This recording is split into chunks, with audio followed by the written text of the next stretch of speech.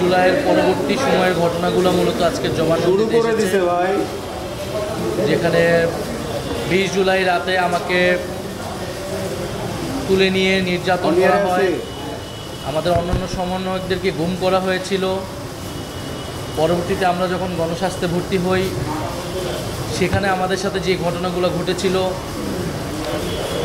এবং ডিবি অফিসে নিয়ে যাওয়া, সেখানে নির্যাতন,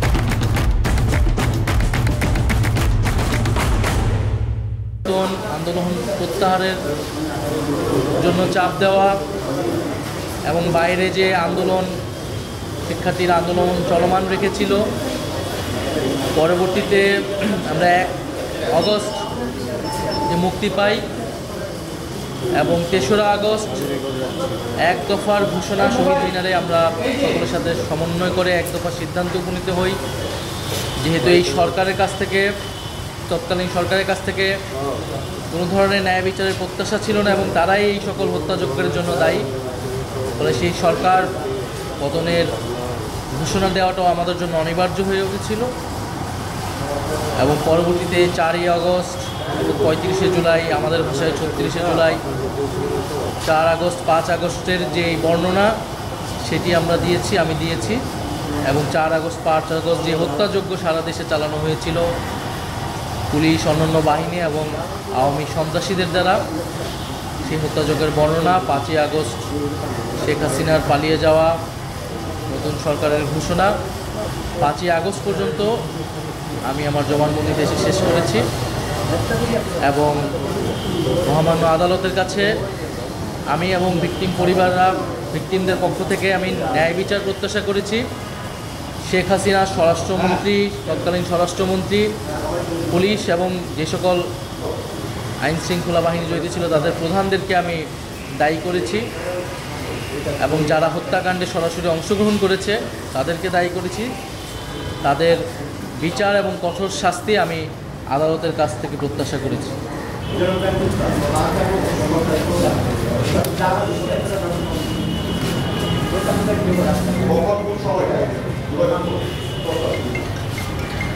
আমরা যেহেতু 3রা আগস্ট এই সরকার পতনের সিদ্ধান্ত নিয়েছি 1 দফা, ফলে এই সরকারকে আমরা আর মেনে নিচ্ছি না।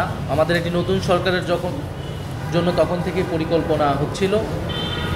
সেই প্রেক্ষাপটেই আমরা ডক্টর মোহাম্মদ ইউনূসকে প্রাথমিকভাবে আমরা ভেবে নিয়েছিলাম, আরও অনেকের সাথে পরামর্শ করে, এবং এই কারণে তার সাথে আমরা যোগাযোগ করেছিলাম যে দেশের এই পরিস্থিতি, দেশের এই ক্রান্তিকলে আপনার সহযোগী, ডক্টর মোহাম্মদ ইউনূসের সহযোগিতা প্রয়োজন। যদি আন্দোলন সফল হয়, যদি সরকারকে আমরা উদ্ধার করতে পারি, তাহলে নতুন সরকারের প্রধান হিসেবে হয়তো আপনাকে দায়িত্ব নিতে হতে পারে। আমরা সেই প্রস্তাব আপনাকে দিয়ে রাখছি।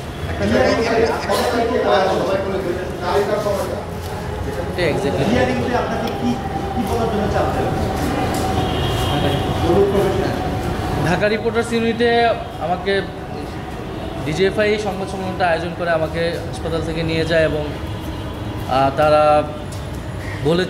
বলেছিল যে আন্দোলনে বিএনপি জামাত ঢুকে নাশকতা করছে। আমরা আন্দোলন সমাপ্ত ঘোষণা করছি, যেহেতু সেদিন সরকার কোটার প্রজ্ঞাপন দিয়েছিল। কিন্তু আমরা বলেছিলাম যে এই প্রজ্ঞাপন দিলেও এই কোটা সংস্কার, এত রক্তের উপর দাঁড়িয়ে কোটা সংস্কার আমরা মানছি না এবং আমাদের ভাইদের বোনদের হত্যার দাবিতে এই আন্দোলন চলমান থাকবে। বিরোধী রাজনৈতিক নেতাকর্মী সহ আন্দোলনকারীদের যাদের গ্রেফতার করা হচ্ছে, আমরা তাদের মুক্তির দাবি জানিয়েছি।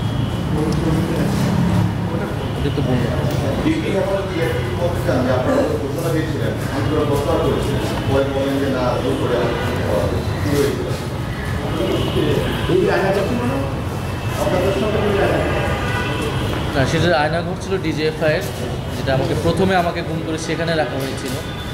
পরবর্তীতে ডিবি অফিসে আমাদের নানাভাবে আমাদেরকে নির্যাতন করা হয়েছে, মানসিক, শারীরিকভাবে আমাদের অভিভাবকদেরকে হেনস্থা করা হয়েছে এবং একটা পর্যায়ে তারা নারী সমন্বয়কদেরকে আরও গ্রেফতার করে আনার হুমকি দিয়েছে এবং একটা পর্যায়ে তারা আমাদেরকে হুমকি দিয়ে জোরপূর্বক আমাদের দেশেই লিখিত বক্তব্যটি পাঠ করায়, মোবাইলে ভিডিওটি ধারণ করে পরে সেটি মিডিয়াতে ছড়িয়ে দেয় এবং প্রধানমন্ত্রীর দপ্তরে আমাদেরকে নিয়ে যেয়ে আমরা সমঝোতা করেছি, এরকম একটা দৃশ্য জনগণকে দেখাতে চেয়েছিল।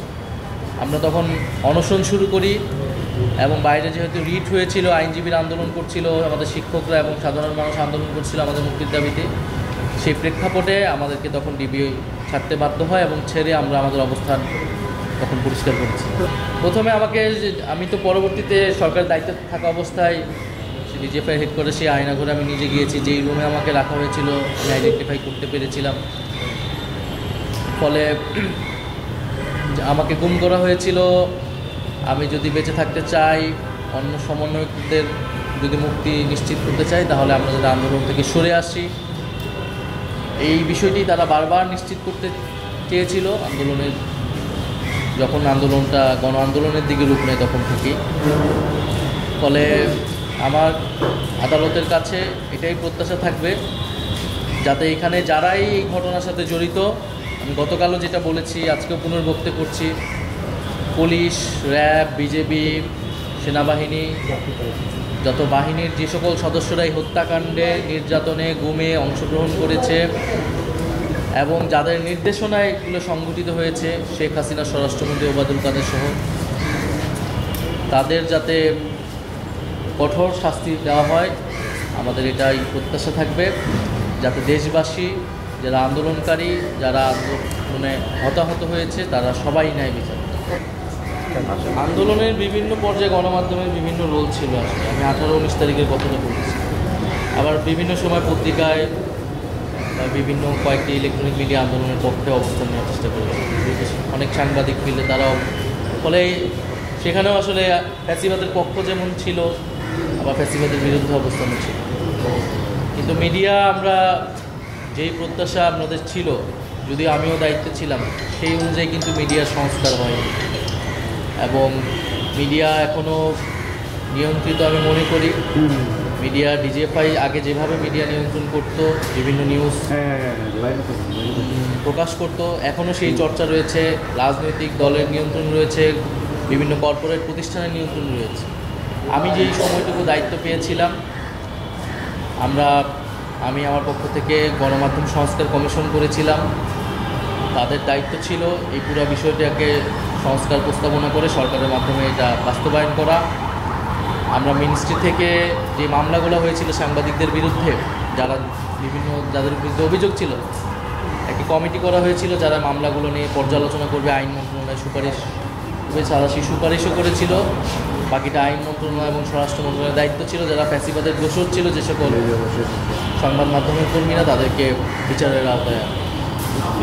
আমরা সোফার ট্রাইব্যুনালের কার্যক্রমে সন্তুষ্টি আমি জানিয়েছি, কিন্তু আমি এটাও জানিয়েছি যে সেনাবাহিনীর যে সকল কর্মকর্তার বিরুদ্ধে অভিযোগ রয়েছে, তাদেরকে কিন্তু 1 বছরের মধ্যেও গ্রেফতার করা হয়নি। এবং অনেকের বিরুদ্ধে অভিযোগ, আমি নিজে গুম কমিশনে অভিযোগ দায়ের করেছি, আমি আজকেও এখানে নামসহ উল্লেখ করেছি। ফলে গুমের ঘটনায় এবং যারা অভ্যুত্থানে রামপুরা, বাড্ডাসহ বিভিন্ন জায়গায় যে সকল সেনা কর্মকর্তা, অফিসাররা গুলি চালিয়েছে, তাদেরকে কেন গ্রেফতার করা হচ্ছে না, এই বিষয়ে আমার সন্দেহ রয়েছে। এই বিষয়ে কোনো চাপ আছে কি না, কিন্তু আমি আহ্বান জানাবো, যে কোনো প্রকার চাপ থাকলেও এগুলো যাতে বিবেচনায় না নিয়ে আইন ফলো করা হয় এবং ন্যায় বিচার নিশ্চিত করা হয়। গুমের ঘটনায় তো অনেকের নাম আসছে, ডিজিএফআইয়ের সাবেক 5 জন ডিজির নাম আসছে, তাদের বিরুদ্ধে চার্জশিট করা হয়েছে, তাহলে তাদেরকে কিন্তু এখনও গ্রেফতার করা হয়। ঠিক আছে।